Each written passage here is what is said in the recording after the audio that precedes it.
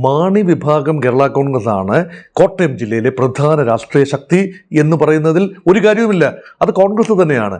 അതുപോലെ തന്നെ കേരള കോൺഗ്രസ് ജോസഫ് വിഭാഗത്തിലും ചെറിയ ശക്തി കേന്ദ്രങ്ങളുണ്ട്.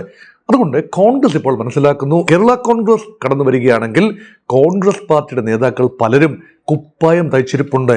കോട്ടയം ജില്ലയുടെ പല മണ്ഡലങ്ങളിലായി 9 മണ്ഡലങ്ങളിലാണ് കോട്ടയം ഉള്ളത്.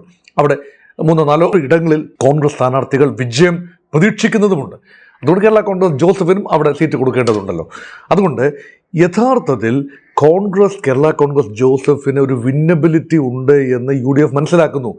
മാണി കൂടി കടന്നു വന്നാൽ 9 സീറ്റുകളും തൂത്തുവാരാം എന്ന ചിന്തയുണ്ട്. അതുകൊണ്ട് സംസ്ഥാന ഭരണം ഉറപ്പായി UDFന് ലഭിക്കും. ആ ചിന്തയിൽ നിന്നുകൊണ്ടാണ് സ്വല്പം വിട്ടുവീഴ്ച എല്ലാ ഘടകകക്ഷികളും ജോസഫ് വിഭാഗവും കോൺഗ്രസും വിട്ടുവീഴ്ചകൾ ചെയ്തുകൊണ്ട് മാണിയെ ഉൾക്കൊള്ളാം എന്ന ചിന്ത ഉണ്ടായത് അങ്ങനെയാണ്. അതുകൊണ്ട് മാണി വിഭാഗത്തിനും അറിയാം, നിലവിൽ മാണിക്ക് ഒരുപക്ഷെ LDFിൽ നിന്ന് 13 സീറ്റ് കൃത്യമായി മത്സരിക്കാൻ ലഭിക്കും.